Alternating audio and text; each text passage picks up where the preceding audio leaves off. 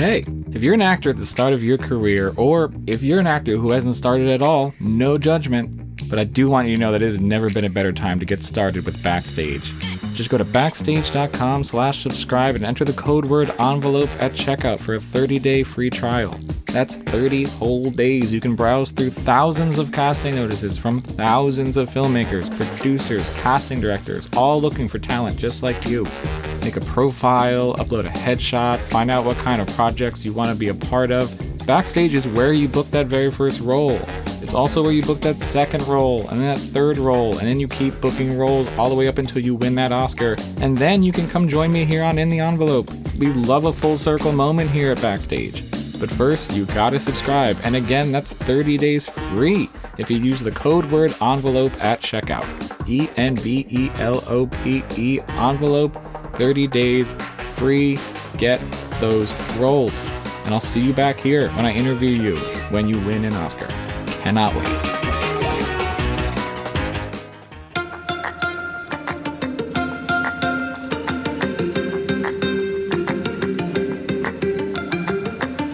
Welcome to In the Envelope, a podcast from Backstage, the one-stop shop for actors and creators both above and below the line.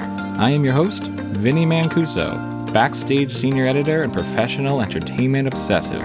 I'll be your guide through every corner of the creative industry with the help of some of your favorite stars.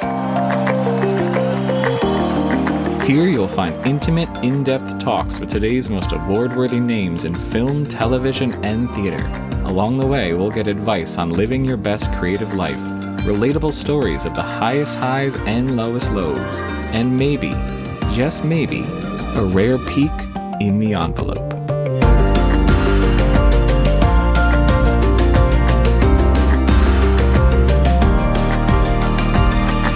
You gotta fall in love with acting. We talked about it before. If you think this is something you want to do, seek out acting in any way you can, whether that's auditioning for local theater or doing improv classes.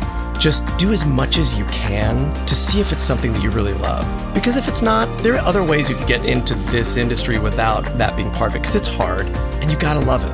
Because if you don't, then what's the point?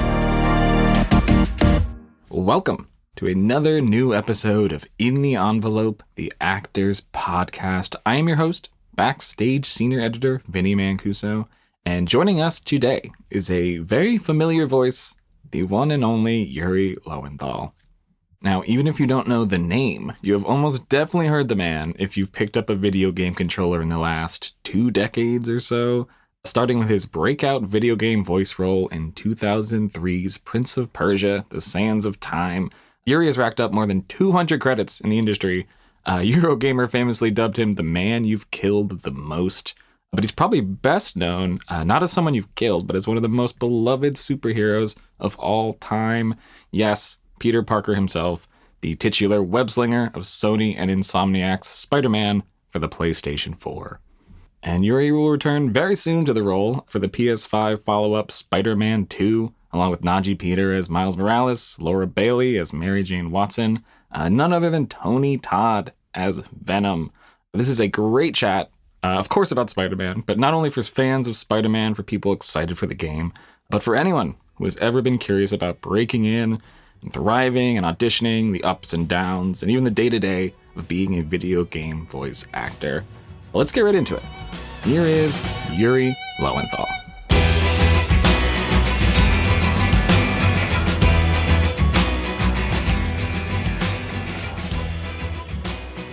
Yuri, how's it going? Thank you so much for being here. It's going all right, thanks. It's been a little while since I've done one of these. I'm kind of excited. Well, I'm glad to have you here. It's an absolute pleasure to meet you. I do want to tell you just right off the bat, when I moved to California in 2018, and I didn't know a single person when I moved to California, and it was right around when SpiderMan came out for the PS4. Yep. Yeah, 2018. So my first few months in California were me and Spider-Man, to say the least. So very like appreciative of that. Oh, you're so welcome. So it's like we have hung out a lot. Yeah, absolutely. In a way. It was this thing where like I missed New York so much. I was literally just swinging around. I wasn't doing missions. I wasn't playing the story. I was just like, look at all these buildings. You know, I told them, I said, you should have a setting. I said, the web slinging is so good on this and it feels so good that you should just have like where you can just flip on tourist mode. Yes. And just no missions, no, anything, just swinging around the city. Sightseeing. I mean, there's the whole sightseeing mode. Taking photos. I was just going around. I was like, oh, I know this street, which we know sounds in hindsight a little depressing, but at the time, I was like, I was just so homesick. I was just like, this is New York to me. So I appreciate you keeping me company. You're so very welcome. I'm glad you found it at the right time. And when I first came out here, many more years before you did, let's see, 16 more years before you did, I was homesick too and didn't have Spider-Man. You didn't have Spider-Man when you needed Spider-Man most. Exactly. How is that? I mean, you're in California now. I know that California is going through a heck of a time right now with the weather and, there's the weather and there's also the very strange time for the industry. So I hope that you're navigating it all well. We're doing our best, and it's not the royal we. I often include Tara in everything. We're doing our best. Thankfully for where the strike is, interactive has not yet been effective. We've been in negotiations on our contract for a long time, but we've got an interim contract in place, and we're just sort of but we're all fighting for the same things, and we expect that this won't last forever either. And if they haven't agreed to things, we will go on strike as well. Absolutely.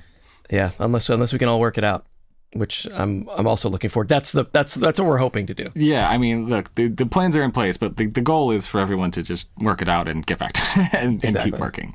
Exactly. So I'm very excited. We have Spider-Man 2. We have all of that to talk about, but I would love to also go back to the beginning to sort of chart the road to Spider-Man. I know that you took some theater classes at William and Mary, and you also spent a lot of time in New York doing theater. So I'm curious, when you think about that time, that early time, that theater training, the theater work, what about that is still the most helpful now as a video game voice actor? Man, all of it. And I will also go back and say, when I was first in New York, I mean, Backstage has been a part of my acting career, since the beginning. I wanted to mention it at the top because I don't read it as often as I used to when I was first starting out. Fine. And but I remember, going to Backstage, getting the physical edition because that's how old I am. And do they still print physical editions? We do still have a physical magazine. It is not as widespread as it used to be when it was the periodical, but it exists. It exists somewhere. Anyway, that's where I got all my auditions back in the day. And my very first theater audition in New York that I auditioned for was from Backstage. Very nice. But I consider the years that I did theater in New York as like my grad school in a way. I never went to grad school for acting, but I did a lot of, experimental black box theater, on the Lower East Side in, tiny little theaters where more often than not, there were more people on stage than there were in the audience. We used to have this joke where theater in New York, like off-Broadway theater, would never make any money because I had a joke that I wanted to start marking bills to see because it seemed like the same $20 would get passed around or $12 or whatever, $7. Shuffling from theater to theater, because we would the money we would make, we would go and see other shows around town. But that's what I consider my unofficial grad school. Just doing, a lot of theater, a lot of different things. It really, helped me learn to make decisions quickly and think on the fly and, quickly adjust to rapidly changing situations. And these are all things that I still do and still use on a daily basis, in life, but also, for, in my end of the industry that I sort of settled into, which is, while I still do, live performance and theater, I haven't done a play in a few years now because it's hard to be taking care of a small child and somehow it be okay to take 6 weeks for rehearsals and stuff like that, and not be there at bedtime. But while I still am involved in theater and film and TV, most of my time is spent, and certainly my career has led to a great place in voice acting for animation and video games. But I have found when, in talking to a lot of other people who are in this industry and who have been in this industry for a while, and successful, a lot of them do come from, a lot of them have theater backgrounds. Yeah. You get, it is also very exciting to see how many people, everybody follows a different path to get to voice acting. I've found it's more than anywhere else. I'm like, wow, everybody really has their own way. And a lot of people will say, well, how'd you do it? I want to do it like you. And I'm like, you can't.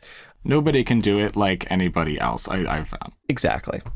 But one of the things that I have found in common with a lot of the people that I work with in this business is, theater training, doing plays before they ever got into this end of the business. And it's so I certainly can't deny the effect that had and the importance that carries. It's interesting because I talk to a lot, I've talked to every kind of actor, and there's a common thing of like, oh, theater was a foundation. There's something about live theater that sort of just sets you up. I think it's maybe just sets you up to be ready for anything, because you kind of have to be ready for anything. Yeah, it's the greatest training, and so much of what we do in voice acting is pulling words off a page and having to make sense of them very quickly and make decisions very quickly, because more often than I'd like to believe, or that anyone probably would believe, when I show up for a job, they haven't sent me the script until I show up. A lot of these jobs, they're afraid that the script will get out or whatever, or they'll still be tinkering till the very end. And so I'll show up and they'll expect me to have done my work and be, ready to go right off the bat. And I'm only looking at the script right now. Mm-hmm. That happens less and less, because I think, the industry is learning that if you get the scripts to actors in advance, exactly, some of them will read them, and you will have to answer fewer questions, and we can get to the business of the business, quicker. But yeah, theater, has informed so much of the way I do things, and I think one of the things that it really does, if you've been in the theater, you have definitely found a love for acting. I know some people are like, I want to be a voice actor. I do lots of crazy voices, and my friends say I have a cool voice. I want to be a voice actor. I'm like, that's cool. That's good to have. But I need you to fall in love with acting. I just need you to do it. And the theater is the best place to do that. And you have to fall in love with acting, because a lot of the time you're not going to be paid to do it. So there's got to be a reason for you to keep going, especially in the beginning. You're not going to get paid to do it. So the love is what has to carry you through. And I developed my love, and I think a lot of people do, in the theater, a love for acting and performing and storytelling, and just, that weird, fucked up family that we are. Yeah. Yeah. Before you got into, voice acting, were you aware of your voice as a tool? Like, what were you using, your voice and your abilities with your voice as a character creation thing before you got into voiceover? Is that something that you sort of developed because of the voice acting? On one hand, yes, because I always loved doing dialects, and I grew up watching Monty Python and foreign films, and learning foreign languages just because of my background and my dad working for the State Department and us traveling and living abroad. But I hated my voice until I got into voice acting. Like, I always, you listen to your voice and you hate, when you listen to it on the I know it very voicemail well. Or whatever. Yeah, you hate, you're like, oh God, I can't believe I sound like that. And I was like, oh, I sound like a little kid, and that's not a good voice for voice acting. Like, you need to sound like a hero for voice acting or whatever. But as I got into it, I found that there's a benefit to being older but still sounding young. And it really opened up, in a way that, and one of the things that I love so much about voice acting is the field is so much more open for the types of characters I can play, because you're not taking my face, into consideration. When I'm auditioning for theater or film or TV, I play this guy. Like, there's no getting around it. Like, I'm not Eddie Murphy. I can't just put on, 8 inches of makeup and do whatever I want to. I'm this guy, whether you like it or not. And I'm not, Christian Bale. I don't, change my massive body, completely. Yeah, massive transformations. I've never been a chameleon type of actor. And voice acting allowed me to play all these different kinds of, if I could sound like it, if I could get my voice to sound a certain way, if I could, affect my voice in a way that led to a character that wasn't something that I looked like, I could be up for that role. I could potentially play that role and would sometimes play that role. So it's been hugely empowering. I mean, us as actors, we feel so very little power in this whole process and what we do, and getting any of that is huge. And I think we get more of that in voice acting because it's not about what we look like. It's interesting that you say, you've never been a chameleon actor, but, it's almost like you have been. It's just with your voice. It's sort of like an audio. I mean, I was looking through like your entire career. You're very prolific. I think there's more than 200 video games. I really loved this article from, I think it was 2013, Eurogamer called you the man you've killed the most. Oh, yeah, I love it. It's the greatest title of any article that's ever been written that I was a part of. Yes. I love that. I just when you sort of, think about the trajectory of your career, what sort of stands out to you as your niche, or your, like, where you fit in terms of like what kind of jobs you're doing, or does it really just depend? I mean, I think an argument could be made that young heroes is something that I've gotten to do a lot of. I've growing up a comic book nerd and a movie nerd and a animation guy, like, a fan before I got into this, to get to play Superman and Spider-Man and He-Man and Ben 10 and, characters like that is, I mean, there's no other way around it. It's a dream come true. I still wake up in the morning and feel like this is all some sort of weird dream, and I'm 20 years into this. But yeah, I mean, I think I've definitely, there's been a niche for me. But the thing in this business is, and it's kind of cool actually, is you can't always play the lead. People get sick of you. They want to move on, to try something else. And sometimes, you're just not right for it, but you still want to be working. So luckily, especially in this business, there's a lot of, side character work. I mean, not everybody can be the lead, and you need to, populate a game with lots and lots of people. So I've had, great opportunities to play, other characters, side characters in so many different games. Sometimes you don't even know that I'm in the game. Although some people have said, I can always recognize your voice when you're, when I blow you up in the, when I can set you on fire and, whatever. I killed a demon and I heard you. Right. Yeah, exactly. But I love that, that's still there, because you want to be a working actor. You don't want to just be known for something and then forgotten and nobody's ever going to cast you for anything ever again. You want to be working all the time. And it lets you play with things that you wouldn't normally be known for, which makes it extra fun. Like, you can try stuff. Like, when I'm a Spider-Man, sure, I can try stuff, but he's still got to be Peter Parker, Yeah, he's still got to be Spider-Man. So, but when I'm playing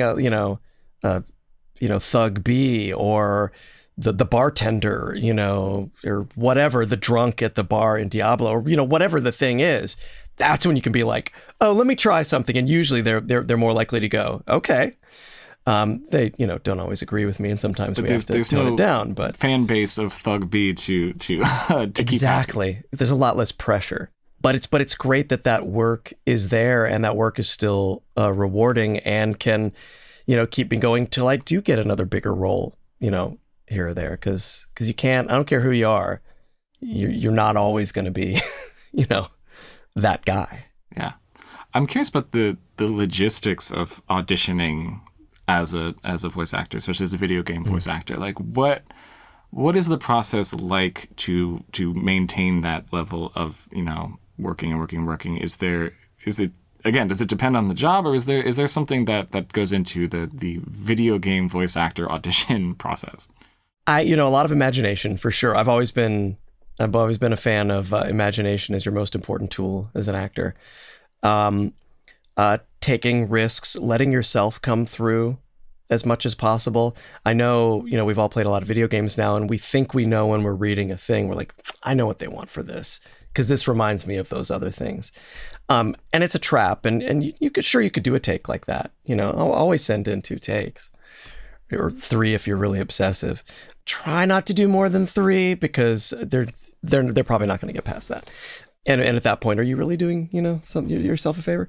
But I think letting yourself come through is, and just being you as much as possible achieves a couple of things. One, and most importantly, there's no competition for that. If you look at it, in that way, there's no competition. Nobody else can do what you do naturally. Everybody is different. And so in a way, it should take the pressure off.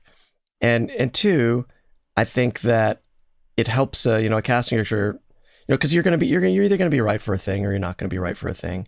It goes with auditions for anything, but, definitely for video game work. But if you show them what you've got, what you are naturally, and you're having fun, and making, fun choices. I mean, not crazy. You don't have to always be like, completely off the wall, crazy choices.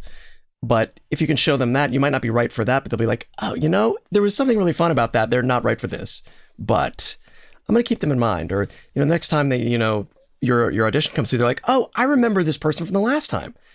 So I think that, I still do my best to have fun, because every now and then I'll be, I'm honest. Every now and then I'll be doing an audition, and sometimes I'll have sent it off already, and I'm like, oh, man, I was tired. I was bored. Yeah. I was not bored, everybody but has an off day. It's work. Exactly. It's work, and some days you just don't want to do it. But I find that when I have fun, it helps, and use my imagination. It helps. If I sit with the script, like I'm often, tempted, and sometimes I do, I'll be honest. I get the script, I just give it a cursory look, and my first take is like first read through. But I've found that if I can read it, if I just take the extra little time to read it in advance and think about it for a second, even just to get my brain to start making decisions, even though I'm not realizing it. I'm thinking about where it's taking place, who I'm talking to, where I've just come from, all of those basic sort of reporter, who, what, where, when, why, actory questions. It's a richer read. It can't not be that. So using your imagination and asking those questions a little bit before going into it is something I try to do. And, I'll be honest, sometimes I don't, but my reads are always better when I do. I love that. We were talking a little bit about this before we even started recording, but a lot of these, especially now, these auditions are from home. These are not. I'm curious how you sort of cultivate a space, for creativity and these strong choices when you're alone with your laptop, you're alone with your microphone. How do you sort of find that space to be creative when you're not in the room and you're just relying on you and your voice? It takes some tinkering. It takes some experimentation for sure. The cool thing is that the technology is at a point these days where anybody can do it from home, and you don't have to spend a lot of money, and you probably already have half the things that you need to, put together a space. And a lot of people obsess over, well, what microphone should I use and what this? And I'm like, spend less time on that and more time about, cultivating that space. You need a space you can focus. You need a space that you've experimented with so that sounds right. And that takes time. You got to practice a lot until it sounds right. You got to move things around, and you've got to soften corners or hang, ferny pads or whatever, or get in a closet. I mean, first 10 years of my career was in a closet, Yuri, I am in a closet right now. This is see. I perfect. record in the Envelope, the Actors podcast, surrounded by shirts. So if anybody wants a tip, hang shirts around you. Hanging shirts is the best baffling. And in fact, I will tell you this: when I finally, after 10, 12 years of recording in the closet, I was like, you know what? Well, two things happened. One, Tara and I had a son, and the closet was right next to his room, and I'm like, this is not going to last, and I can't ask him to stop crying, so I can do auditions. And you know what? I've earned it. I'm going to get one of those professional booths, like the one behind me right here. That's the one. I'm gonna pay money, and it's going to be worth it, and everything's going to be so much better. I spent several $1,000s on a booth, and I got in there, and I had a client that I had already been working with from the closet, a regular client for promos, I was doing promos for ABC for some of their sitcoms. And I got in my fancy new booth and I did my first session with them. And they said, "Why does everything sound terrible?" And I'm like, oh my God, did I just waste all this money? Yeah. What is going on? This is a professional booth. You have to tinker with that too. You have to tune it. You have to zhuzh it. You have to get it right. You have to learn what mics work well in there and what to sort of tune. And that takes time too. But anybody can do it these days, and I do love that. And yeah, it saved all our butts for all of us who had sort of put some of that work in when the pandemic hit. Not only were we sending auditions from home, but now clients were like, "We need you to record, professionally from home. Can you do that?" And thankfully, I was in that place. But anybody can do it, and it doesn't take, the booth that costs several $1,000s. So you've got to sort of, build that space for yourself. You're going to want to feel comfortable there. I know every now and then I'll be traveling and I'll have like a little travel setup, and I'll be super uncomfortable. I'll be like on a pillow, on my knees in front of a couch with my laptop, and I'm like, thank God I don't have to do this all the time. But so you want it to be a comfortable space that you can play in, and that you don't feel like, oh, I just want to get this done and over with. So it's got to be comfy. It's got to sound good. But luckily, most people, I think, in most situations, can probably put something like that together, which is great because you didn't used to be able to do that. Yeah. Yeah. So I have to assume that there was a few extra steps or a few extra parts of the process when you were auditioning to be Spider-Man, to become Peter Parker what was the immediate road to Spider-Man for you? How did this come about, and what was that audition process like compared to other stuff you've done? I'll tell you what, it was very twisty. There were many, many, many different things. First, I had worked with Insomniac before on a couple of games, and I had just done a game with them called Sunset Overdrive. And so when Insomniac was auditioning to do the Spider-Man game, they had me and Brian Bloom record a scene. They thought of us to come in and record, a scene for them to then go off and audition with. And that was 4 years before the game came out. I didn't hear anything, back after that, because it was their audition. Honestly, I got paid to help them out, and it wasn't really an audition for me. Mm-hmm. And then I heard that there were auditions, and I was, part of that field of auditions. What I didn't know at the time were two things. One, that they had already cast somebody and it didn't work out. Was a TV person, and apparently great actor, but just did not work for this type of thing. So they went back to the drawing board, and I was not included in the list of people originally because there were some people on that side who said, "Well, he just did that Sunset Overdrive game for us, and that's not at all the character that we're looking for." And luckily, I had some champions over at Insomniac who were like, "Okay, but he's an actor, and I bet if we ask him to do something different than he did on that other completely different project, we think he's right. We think he could do it." So they put my name in the mix, and I was auditioning among all my friends, a lot of people that I knew really well, and it was like any other audition. It was started out with a bunch of people, and then we would get callbacks, and then callbacks again, and they kept whittling it down until I don't know.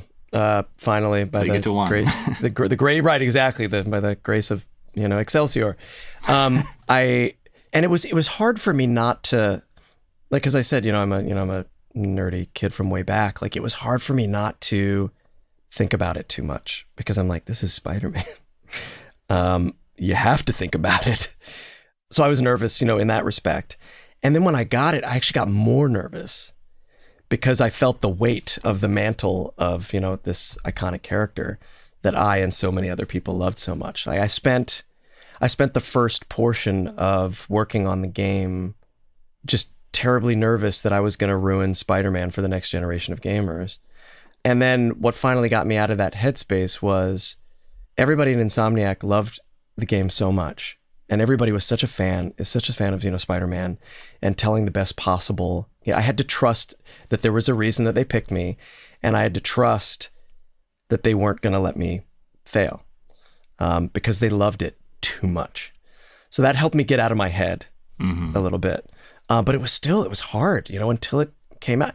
Honestly, with the second one coming up, I'm nervous all over again. Yeah, I'm like, you did a good job the first time. What if? Yeah, exactly. But I'm sure I'm going to fail this time. And imposter syndrome is real, and we have very fragile psyches, among actors. Sometimes I don't know if it's just me. I don't think. But yeah, it's I didn't think it was either. And on one hand, it's terrible, and on the other hand, it keeps us hopefully working hard and grounded. Like I don't know. Yeah. Because I do, a lot of people sometimes say, well, now you're where you're at. Is it cool to just be able to relax? I'm like, I can't relax. Right, exactly. I love doing what I do, and it's hard to like not do it. But people are like, oh, you don't have to audition anymore, do you? And I'm like, oh my God, I audition every day, multiple times a day, because there are plenty of other people who could do my job, who have just gotten in and have, that I just got started energy. I got to summon, even more energy than I used to. And it's true. I've built up a career. There are roles that people have liked my work in, and there are certain jobs these days I know when I'm cast, and then I do the job, and then afterwards the producer is like, hey, by the way, I really like John SpiderMan. I'm like, oh, that's why I got this job. That happens occasionally, and I get it. You like this game, and that played a part, but I still audition, all the time, and still only book, 2% of the jobs that I audition for, which is great. That's a good, as an actor, that's if you're auditioning, and if you're auditioning, 6 times a day, if you're lucky, just sending out auditions, that 100 auditions comes up pretty quick.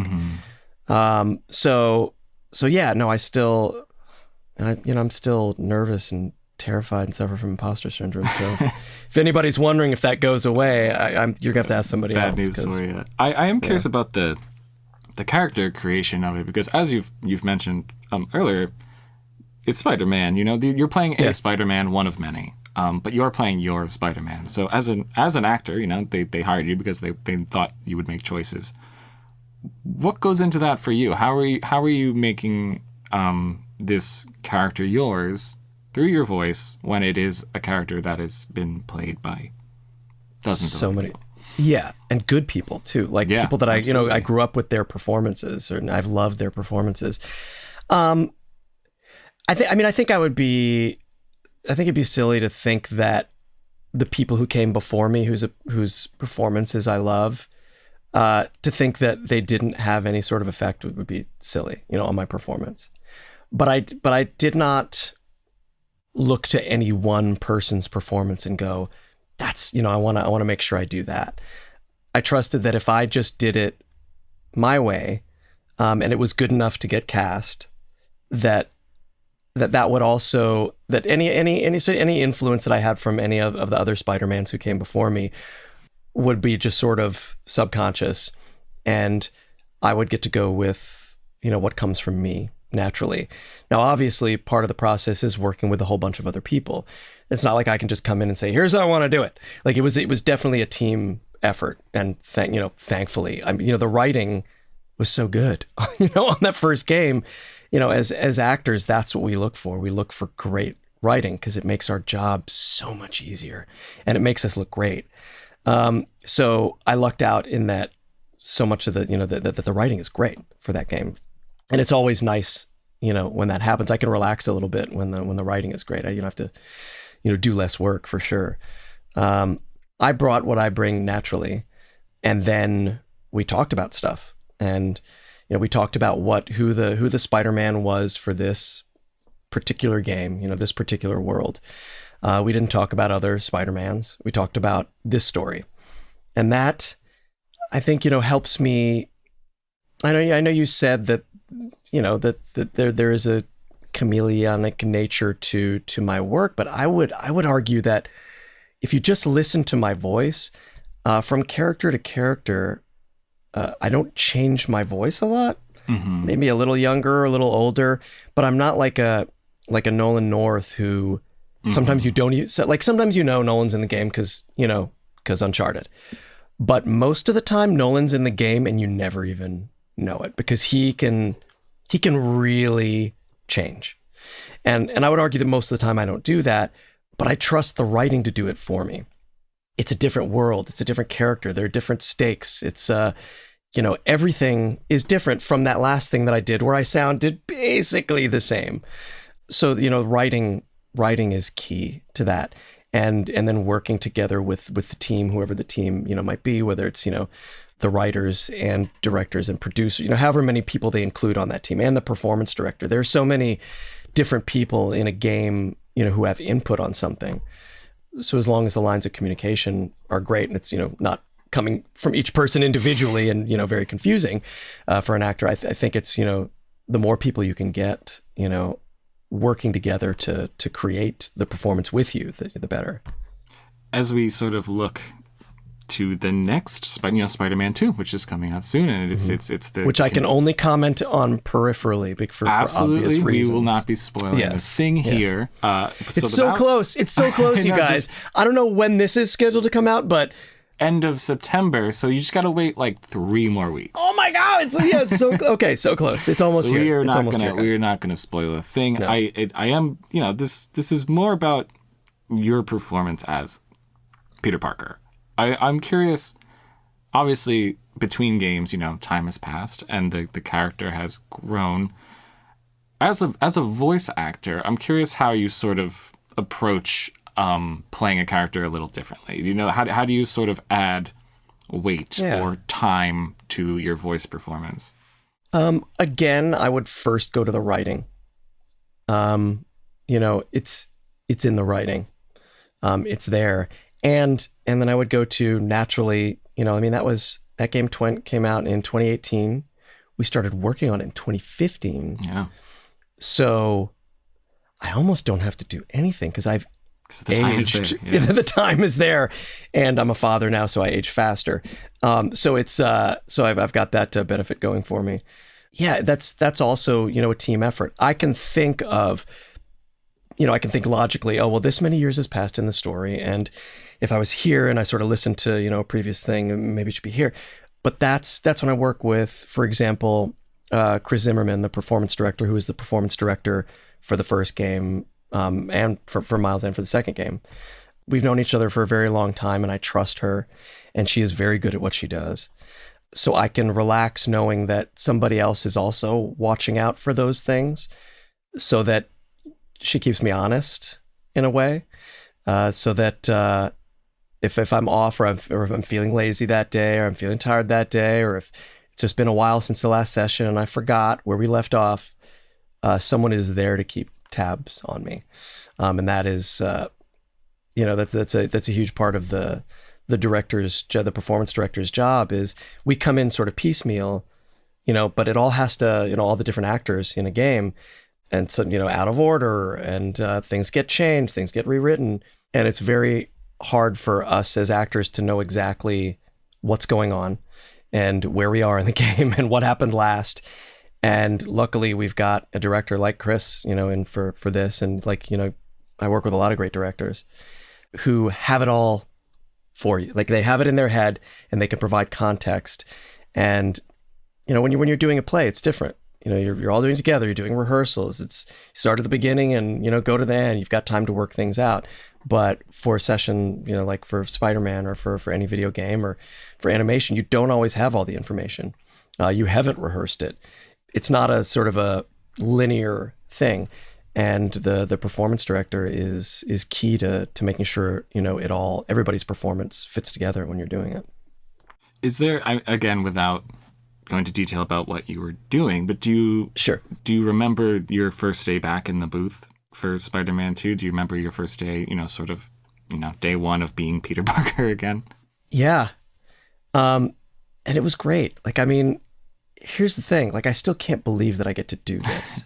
Yeah. So when I was off between games, on vacation, I missed I missed being Spider-Man. I mean, who doesn't miss being Spider-Man, or who wouldn't miss, being Spider-Man? So I was really excited and then nervous all over again, getting back to it. But luckily, I'm working with the same team, and they knew what to do. So, we all, we're finding it again, and we were finding it sort of through the beginning of, the game was all when we, was like in the middle of the pandemic, and we were trying to figure out how to get to work, but in a different way, more remote way. And a lot of the work for the game is on a motion capture stage, on a performance capture stage. So all the cinematics, we're performing like a play, or like we're shooting a movie. And it was hard to figure out, how we could get everybody together. And a lot of stuff sort of got done piecemeal in people's booths at home so they could get started on some of those things. And then we ended up having to re-record some of it just, to get it all unified. But, we struggled a little bit.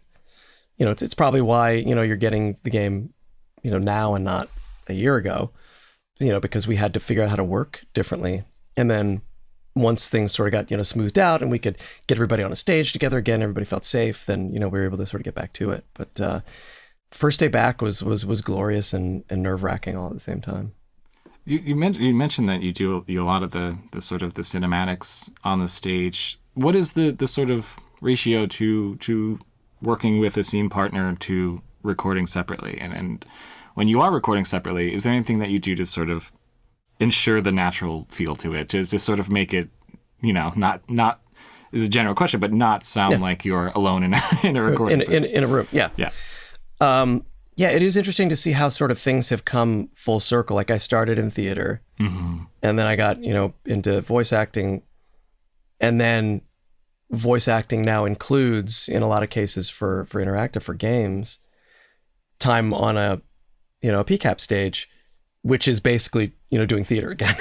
So it's kind of nice. And so going back to your, your earlier question about how, that training has informed, it's been great, because nowadays they're looking for actors who, fit the job, as a voice actor, but could also come in and do it like a, use their whole body and face to do it like a, like a play, to do that part of the character as well. So everybody is super talented, in this field. All the people that I work with, all the other actors, they're really good at, when we're together in a group record, like for like an episode of Ben 10 or something, like the way we used to do is, group record, or when we were doing, He-Man, the latest He-Man that we did.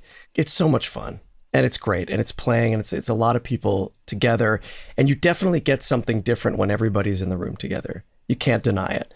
But most of the people that I work with are talented enough to use their imaginations and their knowledge of other actors and working with a performance director to get that feel also from recording just in a booth.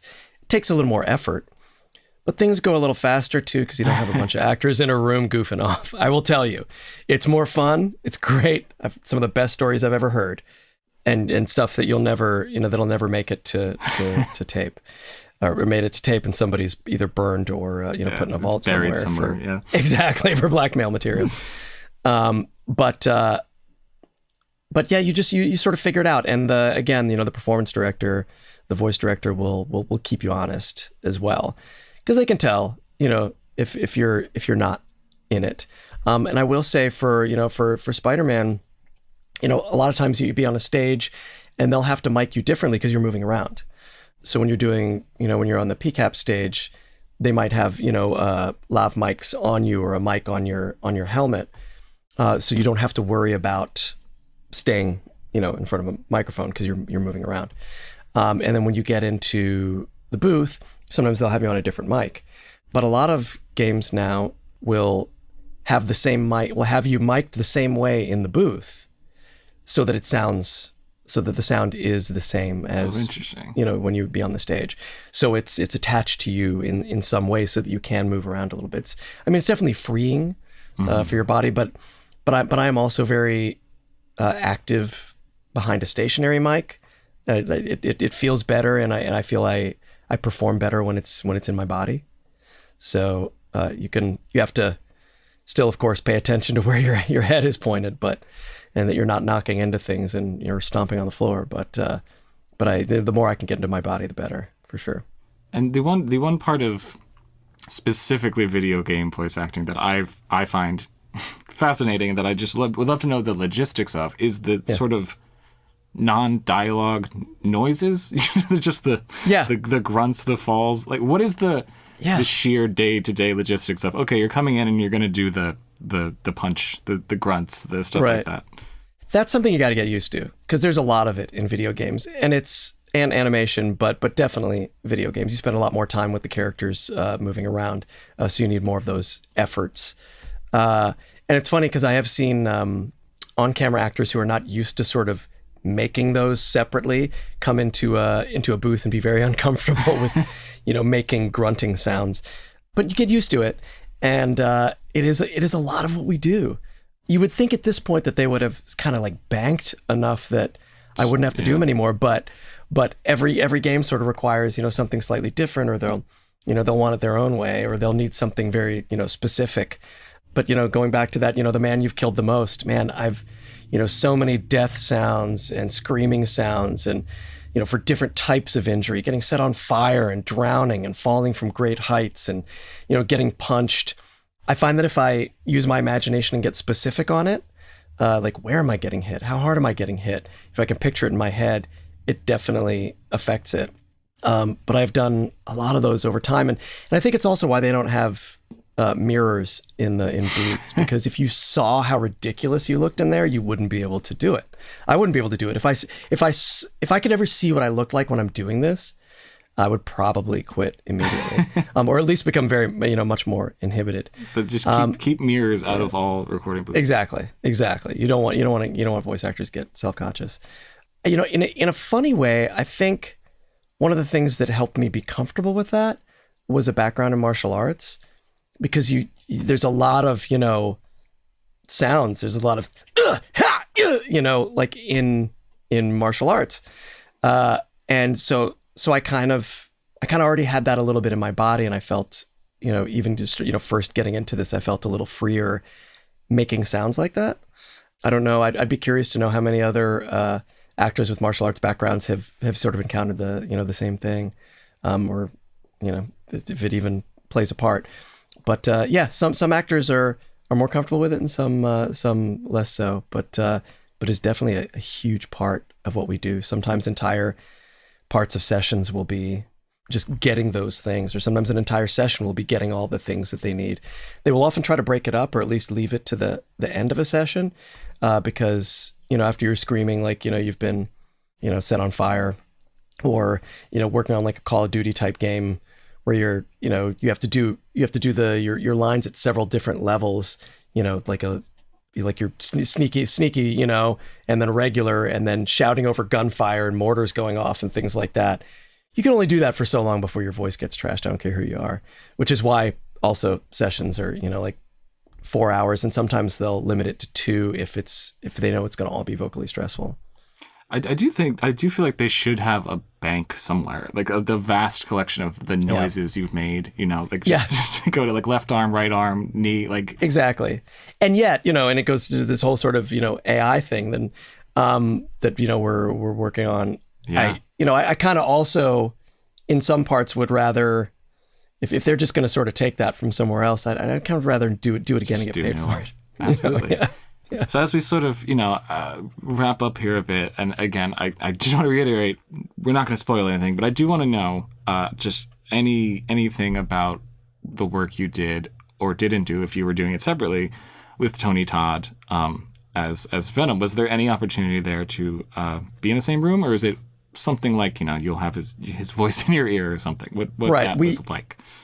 First off, Tony is the best. And I say that somebody now who's worked with him for a couple of times, for a couple of projects, but like as a fan, like, I was a fan, like many of us are, of Tony. Now I'm, even more so. Tony has a big theater background and still continues to do theater regularly. But he and I had just worked together before Spider-Man 2 on a show called Dota Dragon's Blood for Netflix, in which he sort of plays like this aggro side in my head, and in a stunning turn of events, a very prescient turn of events. So we got to work together, on several occasions. There, we were in the room, a couple times together for that. Really enjoyed working together, and then so we were so excited when we got to do this again. Now, I'll be honest, most of our work we did separately for this game, just because of the nature of it. But Insomniac did feel that it was. And rightfully so, and I applaud them for this and pretty much every decision that they make. That getting us together at least a few times is beneficial to the process, and so we spent some time on the PCAP stage together and in the booth, but mostly we were recording separately, which is also just sort of the nature of this. But I can't say enough nice things about Tony. I mean, he's so cool and he's so talented and he's so giving. As an actor and as a person. So it was nice to meet and get to work with somebody who I already held in high regard, and for them for me not to be suddenly disappointed and be like, oh man, I used to love this guy. It turns out he's a dick, or whatever. Yeah. So it was great to learn that not only is he as cool as you think he is, but he's cooler. Well, I'm very excited to see the finished product, the way you work together in the game. As we wrap up here, I do want to ask, and I know that we've even gone over that the fact that the answer to this question is kind of impossible, but if you did have a single piece of advice for somebody who wants to break into the video game voiceover world, it's there's a lot of paths, but if you had a piece of advice, what would it be? Let me say a couple of things, if I may. Please. One would be, you got to fall in love with acting. We talked about it before. So seek out acting. If you think this is something you want to do, seek out acting in any way you can, whether that's doing, auditioning for local theater or doing improv classes, or if you're in school, finding a drama class or a theater class or trying out for plays at school. Just do as much as you can to see if it's something that you really love. Because if it's not, there are other ways you could get into this industry without that being part of it, because it's hard and you got to love it. Because if you don't, then what's the point? So seek out whatever opportunities to act, even if it's not immediately voice acting, just any type of acting. Doesn't matter. Make stupid movies with your friends. I don't care. Do a one-a-week thing where you guys get together and shoot sketches or make your short films or feature films. Like, I don't care. You can do that nowadays. Like when I first started out, you really couldn't do that. And then now we can.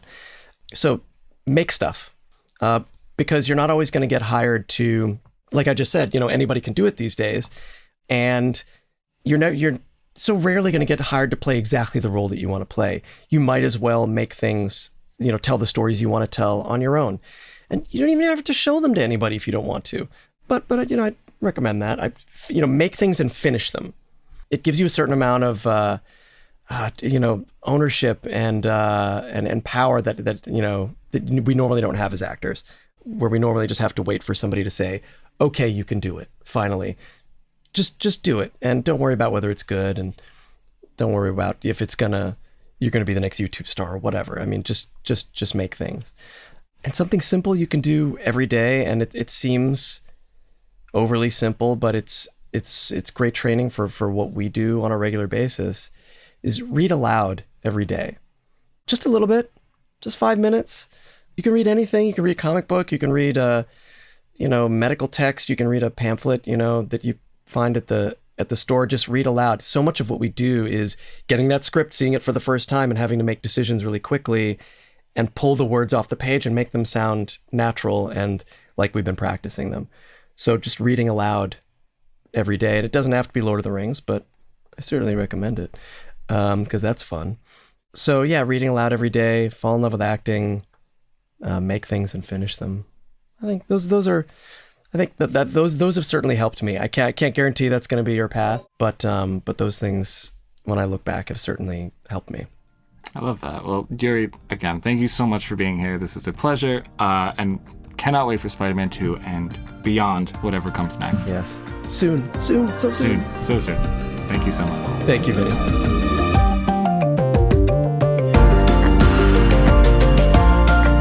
Thanks, as always, to our brilliant producer, Jamie Muffett, and to the whole team at Backstage, Samantha, Sherlock, Mark Stinson, Caitlin Watkins, and of course, Kasey Howe. Visit Backstage.com, and don't forget you can subscribe to Backstage with code ENVELOPE at checkout for a free trial. 100% free, you simply cannot beat that. For more exclusive content, find us on Facebook and Twitter at In the Envelope, and subscribe, share, and leave a comment. Who should we interview next? Let us know. Thanks for tuning in. We'll see you next time for another peek in the envelope.